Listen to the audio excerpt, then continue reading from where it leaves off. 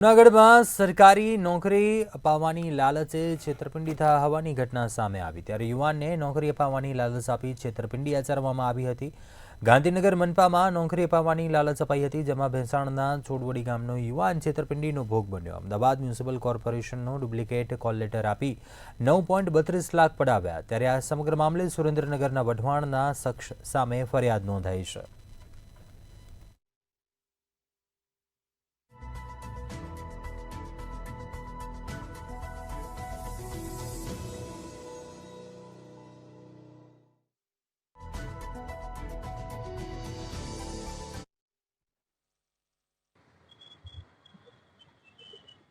આ ચોક્કસ કે જે રીતે સરકારી નોકરી આપવાની લાલચે ભેસાણના જે છોડવડી ગામ છે ત્યાંના યુવાન સાથે છેતરપિંડી થઈ છે।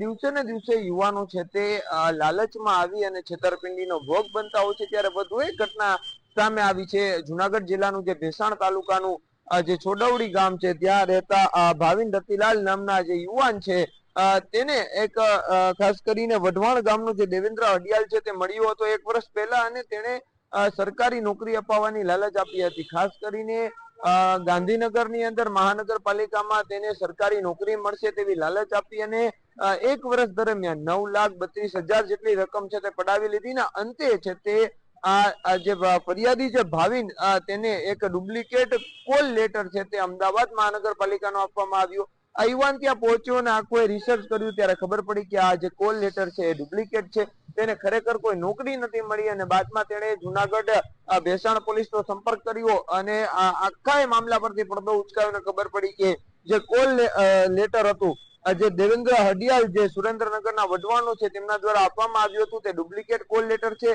અને યુવાન સાથે છેતરપિંડી થઈ છે। આ સમગ્ર મામલે જે દેવેન્દ્ર હડિયાલ નામના શખ્સ સામે ભેસાણ પોલીસ સ્ટેશનમાં ફરિયાદ નોંધાઈ છે અને હાલ પોલીસ દ્વારા આ જે તોડબાજ છે, જે છેતરપિંડી કરનાર છે, સરકારી નોકરી આપવાની લાલચે છેતરપિંડી કરી છે તેની શોધખોળ હાથ ધરી છે। અન્ય કેટલા લોકો સાથે આ રીતે છેતરપિંડી હાથ ધરાઈ છે તે મામલે પણ તપાસ હાથ ધરાઈ છે। બીજી તરફ અમદાવાદ મહાનગરપાલિકાનું ડુપ્લિકેટ કોલ લેટર બન્યું કઈ રીતે તે મામલે પણ તપાસ હાલ ભેસાણ પોલીસે શરૂ કરી છે।